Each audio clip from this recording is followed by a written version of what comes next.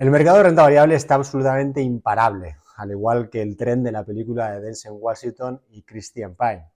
En el mes de septiembre no solamente ha logrado terminar en positivo y con fuerza cuando suele ser un mes tradicionalmente muy malo para los mercados bursátiles, sino que tanto el Standard & Poor's 500 como el Nasdaq 100 ya acumulan más de un 20% de subida en el año, más del doble del promedio anual de las últimas décadas, y al mismo tiempo, esta vez sí, mantienen la estadística de que el mes de junio nunca marca el máximo anual en las bolsas. Es muy curioso porque los máximos han ocurrido en todos los otros meses, pero nunca ha sucedido durante el mes de junio.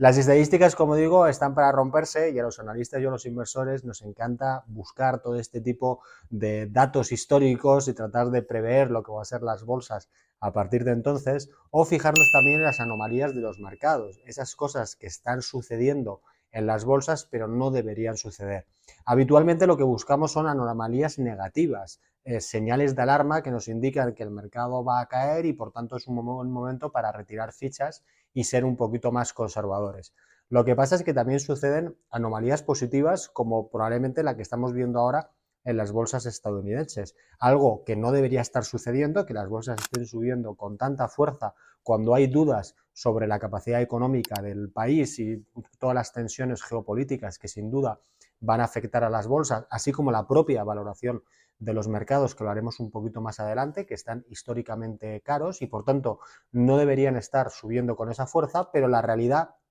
es que sí que lo están haciendo y eso habla por sí mismo. Hay un viejo dicho de Wall Street que te dice que es mejor hacer caso a lo que los mercados están haciendo que a lo que los mercados estén diciendo. Es decir, por mucho que los analistas y por mucho que las casas de bolsa estén alertando sobre los problemas todos los días, lo que importa es que los mercados, los inversores, están pensando de otra manera y están comprando agresivamente y subiendo. ¿Por qué han logrado subir los mercados con tanta fuerza durante el mes de septiembre? Pues una de las razones más importantes, si no la más importante de todas, es la decisión de la Reserva Federal del día 18 de bajar las tasas de interés en 50 puntos básicos. Esto daba comienzo al ciclo de bajada de tasas que ya estaba anunciado desde semanas anteriores y la duda quedaba en si iba a optar por hacer una bajada de 25 puntos básicos o una bajada de 50 puntos básicos que sería interpretado como más agresiva por parte de los mercados. La reacción fue muy positiva, como hemos visto, el mercado se lo ha tomado muy bien que la Fed haya empezado con tanta fuerza,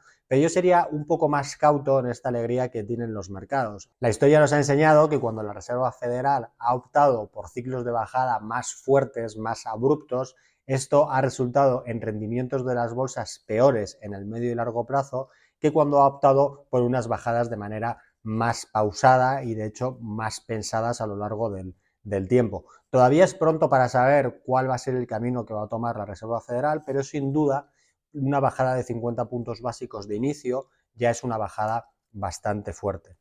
¿Qué es lo que van a hacer las bolsas, por tanto, en el medio y largo plazo? Pues una de las maneras de responder a esta pregunta es efectivamente viendo cuándo va a ser el proceso de bajadas de tasas, si más fuerte o menos fuerte, como hemos comentado, pero el punto más importante es pensar si Estados Unidos va a lograr evitar entrar en la recesión o si por el contrario va a enfrentarse a una recesión económica en los próximos meses. De nuevo, lo que nos dicen los datos es cuando ha habido una bajada de tasas y las bolsas y la economía americana ha entrado en recesión, las bolsas han caído en promedio aproximadamente un 14%. Sin embargo, cuando la Reserva Federal ha tasas al mismo tiempo que se ha evitado esa recesión económica, las bolsas americanas han logrado subir un 11% de promedio. Esto es totalmente lógico porque al final el resultado o el rendimiento de las bolsas tiene mucho que ver con el rendimiento, con los beneficios que obtienen las empresas y las acciones que cotizan en esos mercados, que a su vez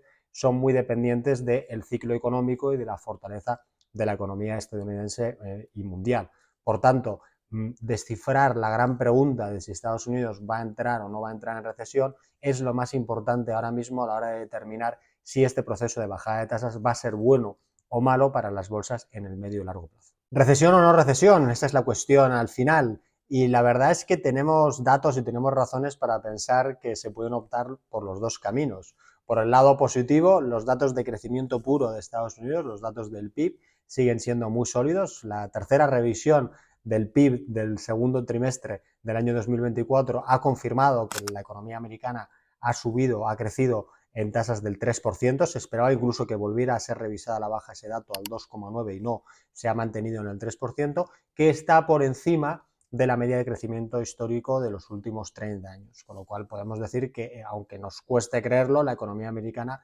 en lo que es crecimiento puro sigue estando muy fuerte. Por el lado negativo tenemos, como no, los datos de empleo, que ha sido el detonante principal por el que la Reserva Federal haya bajado tasas. Son datos que igualmente son los más cocinados de todos los que se presentan a nivel económico, porque al final se puede jugar mucho con la estadística, se puede jugar mucho con los trabajadores a tiempo parcial, se puede jugar mucho con el número de empleos creados y eso hace que el número al final esté cocinado. De hecho, lo que está sucediendo ahora mismo en Estados Unidos es que una gran parte de esos empleos que se crean nuevos realmente son personas pluriempleadas que están trabajando en varios empleos a la vez, con lo cual lo que están buscando es una manera de complementar su salario mensual porque no les da con uno solo. Eso desde luego no es síntoma de un mercado laboral que esté fuerte. En cualquiera de los dos casos, durante los próximos trimestres vamos a tener que vigilar muy de cerca estas dos variables, tanto la de empleo como tanto la del crecimiento, para ver por dónde pueden tirar los datos de crecimiento a futuro y, por tanto, el rendimiento esperado para las bolsas. El dato que sí que no influye tanto y es el que probablemente los analistas se vayan a fijar más de aquí a final de año es el del resultado de las elecciones en Estados Unidos. La verdad es que tanto con gobiernos demócratas como gobiernos republicanos, la tendencia de las bolsas ha sido hacia arriba y ha sido de seguir creciendo. El crecimiento de Estados Unidos no se ha detenido bajo ninguno de los dos tipos de mandatos que pueden tener y no creo que eso vaya a cambiar ahora. A corto plazo, tanto si gana Kamala Harris como si gana Donald Trump, lo normal es que las bolsas con esta inercia que están teniendo es que sigan subiendo. Otra discusión que podríamos tener es si a medio y largo plazo es más interesante para los mercados y también para los mercados bursátiles el que haya un gobierno más proclive a seguir subiendo impuestos y devolverlos a como estaban antes de Trump, que sería el gobierno de Kamala Harris, o un gobierno como el de Donald Trump que quiere seguir en la senda de bajada de impuestos y de liberalización económica y de dar más libertad a los empresarios. Todo tiene sus pros y sus contras. Con las políticas de Trump seguramente va a haber mucha más libertad económica y mucha más manga ancha para los empresarios, que eso suele ser positivo para la economía y para los mercados, pero también se aumentará mucho más la deuda, que ya es un problema muy grande en Estados Unidos, y por el lado de un gobierno bajo Kamala Harris, pues obviamente habrá mucho más control por el lado de los empresarios y volverán a subir los impuestos, pero eso hará que la deuda, que es uno de los grandes problemas a los que nos enfrentaremos la próxima década, no se desboque tanto. Lo veremos, pero como digo, no va a cambiar nada en lo que vaya a hacer la bolsa en los próximos meses. ¿En qué sí que se tendrían que estar fijando los inversores y los analistas? Pues obviamente en las valoraciones que presentan las bolsas actualmente. Al final, el mayor y mejor predictor de los rendimientos a futuro de las bolsas en el largo plazo, y hablo de a 5 o 10 años, son los precios o las valoraciones actuales de los mercados. El indicador que más se utiliza es el del PER, que es el precio dividido entre el beneficio por acción, es decir, cuántas veces el precio está pagando el beneficio por acción de una empresa, que te determina lo caro o barato que estás comprando esa empresa, ese índice o ese sector. Cuanto más caro estés comprándolo, menor rendimiento esperado vas a tener en el futuro y viceversa. En este sentido, estamos en el periodo con valoraciones más altas antes de una bajada de tasas de interés. En los casos anteriores, en 2019, 2001 y 1998, que son los 3 momentos anteriores en que se empezaron a hacer un ciclo de bajada de tasas, las bolsas estaban un 25% más baratas que ahora. Así que, por mucho que pensemos en si va a haber una recesión o no va a haber una recesión en el medio o corto plazo, si pensamos en un horizonte temporal un poquito más largo, a 5 o 10 años como veo, comprar ahora bolsa no es uno de los mejores momentos desde esa perspectiva. Insisto, que estemos ahora en unas valoraciones altas de bolsa no implica necesariamente que estas vayan a caer en los próximos meses, porque al final todo depende del horizonte temporal en el que estamos. Estas valoraciones exigentes, estas valoraciones tan altas, pueden mantenerse en esta perspectiva, en esta situación, e incluso aumentar en los próximos meses e incluso en los próximos 2 años, pero al cabo del tiempo acabará afectando, acabará pesando como la gravedad, como dice Warren Buffett, y eso muy probablemente afectará decisivamente al rendimiento de las bolsas. Igualmente, todo va a depender también de los sectores en los que estamos invertidos. Hay sectores más de crecimiento en el que el beneficio de las acciones es a más largo plazo, con lo cual es normal que esas acciones estén más caras a día de hoy, que estés pagando más veces el beneficio actual porque se espera que ese beneficio crezca mucho al futuro, y sin embargo hay otras empresas que son más baratas porque ya están en una fase mucho más de madurez y no se espera que crezcan tanto a futuro. Con lo cual, el indicador del PER, el indicador de la valoración, es algo que tenemos que tener en cuenta, pero no lo podemos tomar como las tablas de la ley. No es infalible en ningún sentido. En cualquier caso, este tema de las valoraciones me hace pensar y reflexionar sobre la situación mundial. Habitualmente solemos pensar que todos los males nacen en Estados Unidos y que es un imperio que tiene que caer porque ya lleva muchos años de hegemonía, sus bolsas están muy caras, tiene unos grandísimos problemas sociales y un largo etcétera, y al final estamos esperando, yo diría que desde hace décadas, que haya un cambio, que haya una revolución y que alguien tome el testigo. En algunos momentos se ha pensado que podía ser China, en otros momentos de delirio absoluto se ha llegado a pensar que sea Europa, que con perdón es el estercolero del mundo, pero yo creo que es porque no se miran los fríos datos, ¿no? Que al final te dan muchísima información. Si pusiéramos en una tabla o colocáramos en una tabla que por un lado midiera los niveles de inflación y por otro lado midiera los niveles de crecimiento y pusiéramos ahí a todos los países, obviamente nos encantaría estar invertidos en aquellos países que tengan altos niveles de crecimiento y bajos niveles de inflación. Pues bien, en la situación actual mundial, el único país que más o menos está en esa situación sería de hecho Estados Unidos, que crece, como decía, a unos niveles muy por encima o algo por encima de su potencial, bastante por encima que el de otras zonas geográficas como pueden ser los países europeos, y está logrando controlar la inflación, sobre todo en el último año y medio. Por el lado de Europa tenemos entre aquellos países que no crecen absolutamente nada y tienen inflaciones medias, hasta aquellos que crecen muy poco e incluso aún así siguen teniendo inflaciones muy altas. Caso aparte es el de Japón, que por sus circunstancias particulares de sobre todo una población muy envejecida tiene bajos niveles de crecimiento y también bajos niveles de inflación, que es algo totalmente normal. Con lo que mucho cuidado con esto de estar pensando que Estados Unidos va muy mal y que alguien tiene que tomarle el relevo, porque realmente no hay relevo. No hay nadie que pueda tomar a día de hoy el liderazgo que presenta Estados Unidos y que la verdad todavía no le va tan mal. Así que la verdad es que tenemos imperio yanqui para rato. Y sin duda alguna, si hay una zona geográfica que no va a ser la líder mundial ni que va a tomar el relevo, va a ser la de Europa, que como digo está muy por detrás de Estados Unidos en términos de innovación, en términos de libertad económica y en términos de productividad.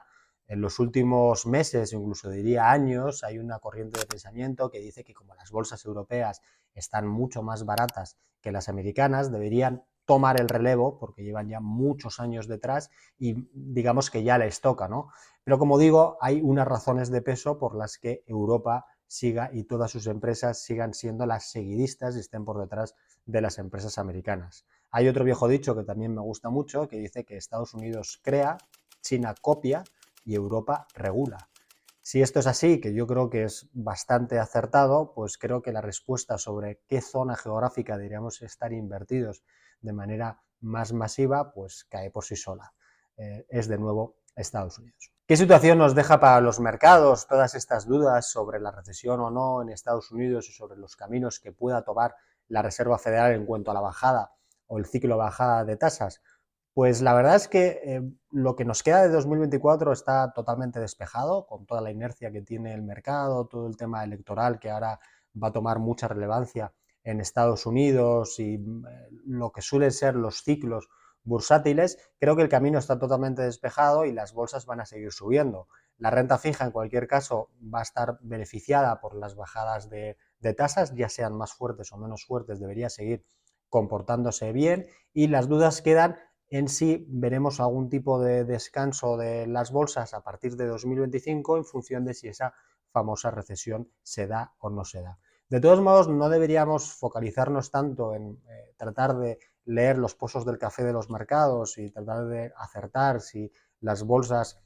van a caer el próximo marzo o el próximo junio, y focalizarnos más en estar invertidos en aquellas empresas que producen los productos y dan los servicios que son imprescindibles para todos nosotros y que los queremos tener en nuestras vidas sí o sí. En ese sentido, destacan poderosamente todo lo que venga derivado de la inteligencia artificial. Al final, la inteligencia artificial es la obra de infraestructura más grande de la historia de la humanidad. Las grandes empresas tecnológicas como Microsoft, Apple y Google ya están invirtiendo en este año 2024 más de 190 billones de dólares, y esto es solo la punta del iceberg, que se va a ir transformando en aplicaciones, productos y servicios que utilizaremos nosotros en nuestro día a día. Es increíble la velocidad a la que mejora la tecnología y muchas veces no nos damos ni cuenta. Si uno viera en las aplicaciones de generación de imágenes y generación de vídeo como Midjourney y Flux, que son de las dos más famosas, y cogieran lo que nos daban, el resultado de estas aplicaciones hace 2 años y ahora, nos quedaríamos totalmente pasmados. En el caso de Midjourney, las imágenes que eran capaces de generar con inteligencia artificial, pues casi daban risa o eran utilizadas para hacer memes, y hoy en día serían absolutamente indistinguibles de una foto real. Lo mismo pasa con Flux, que es todavía más espectacular, ya que esto lo que hace es un generador de vídeo. Hay vídeos que pasarían por gente que los ha creado ellos mismos, que los han grabado, que son actores o que son personas reales, y están 100% hechos por inteligencia artificial. Y eso en tan solo 2 años. Pensemos que la inteligencia artificial solo mejora con el tiempo. Los peores resultados que vamos a ver los tenemos ahora, y en función del uso masivo y el entrenamiento de todos estos algoritmos, todos estos resultados solo serán mejores y mejores con el tiempo. Otras aplicaciones de inteligencia artificial que vamos a ver en otros sectores son, por ejemplo, los avances que estamos viendo en biotecnología, donde hasta hace poco cualquier descubrimiento de un fármaco nuevo era un proceso de prueba y error. Por ejemplo, el famoso ibuprofeno, que nació para tratar de paliar los efectos secundarios que tenían otros antiinflamatorios, como podía ser la aspirina o como podían ser los esteroides, requirió el sacrificio de decenas de miles de animales y casi una década de estudio para poder descubrirlo al final de un proceso, como digo, casi azaroso, de ir probando distintos componentes hasta encontrar el bueno. Pues bien, la inteligencia artificial está ayudando a que toda esa combinación de distintas moléculas, de distintos componentes químicos, se haga de una manera mucho más rápida, aprenda de todas las pruebas que se han hecho antes, para que todos estos procesos y todos estos tratamientos salgan mucho más rápido. Ahí tenemos el ejemplo, por ejemplo, de Hassan, un niño alemán que nació con una terrible enfermedad llamada piel de mariposa, por la que tu piel se cuartea desde el nacimiento, y además de limitar enormemente tu esperanza de vida, es una vida llena de sufrimiento. Pues bien, este niño a los 5 años tenía el 80% de la piel totalmente cuarteada, y un médico italiano, en base a una experimentación con edición genética, logró cultivar piel de este niño sin ese defecto genético que desencadenaba la enfermedad, para poder trasplantársela. Y el resultado ha sido que a día de hoy Hassan puede tener una vida muy normal, como un niño de su edad, y con una esperanza de vida muchísimo mayor que la que tenía antes de esta enfermedad. Este es uno de los miles de ejemplos que vamos a ir conociendo en los próximos años, y que la inteligencia artificial va a ayudar a que cada vez sea más común. También podemos pensar en términos de energía nuclear. Al final, todas estas inmensas bases de datos y centros de datos para poder entrenar y poder desarrollar los algoritmos de la inteligencia artificial y toda la infraestructura que va a ser necesaria, es altamente intensiva en energía, por lo que se están buscando fuentes de energía constantes, continuas, y que no dependan ni del viento, ni del aire, ni del agua, ni de ninguna otra cosa, por lo que destaca poderosamente la energía nuclear. De hecho, Microsoft acaba de reabrir una central en Estados Unidos, Three Mile, que llevaba cerrada desde el año 1978. Este es un hito histórico porque va a ser la primera vez en la historia de Estados Unidos que una central nuclear se reabre. y no creo que sea la última. Si siempre decimos que para conseguir las mejores inversiones lo mejor que puedes hacer es seguir el rastro del dinero, creo que el que está dejando la infraestructura de inteligencia artificial es lo suficientemente atractivo para que todos le prestemos atención e invirtamos en consecuencia. Para terminar, voy a comentar una noticia que la verdad es que me ha llamado mucho atención, me ha gustado bastante y creo que ha pasado bastante bajo el radar, como suele pasar con las noticias positivas. La empresa encuestadora Gallup, estadounidense, que es muy famosa, que hace encuestas por todo el mundo, recientemente sacó un estudio que decía que el 80% de los estadounidenses estaban contentos con su situación vital, con cómo les iba la vida, al mismo tiempo que solamente el 20% de los estadounidenses tenían esperanza acerca de la dirección que estaba tomando el país. Es una discrepancia muy grande y que es un poco difícil de explicar a primeras, porque si te va muy bien en tu vida vas a pensar que a tu país le va muy bien y viceversa. La explicación más plausible la tenemos en los medios de comunicación. Al final, las personas ven y sienten en su vida las mejoras y todos los avances que ha habido en las últimas décadas, van consiguiendo logros profesionales, logros personales, tienen vacaciones, tienen mejor calidad de ocio y por tanto están razonablemente satisfechos y contentos con cómo les va la vida. Sin embargo, en cuanto encienden la televisión y ven el telediario o se meten en redes sociales y empiezan a trastear en ellas, lo único que se encuentran son noticias negativas de muerte, destrucción,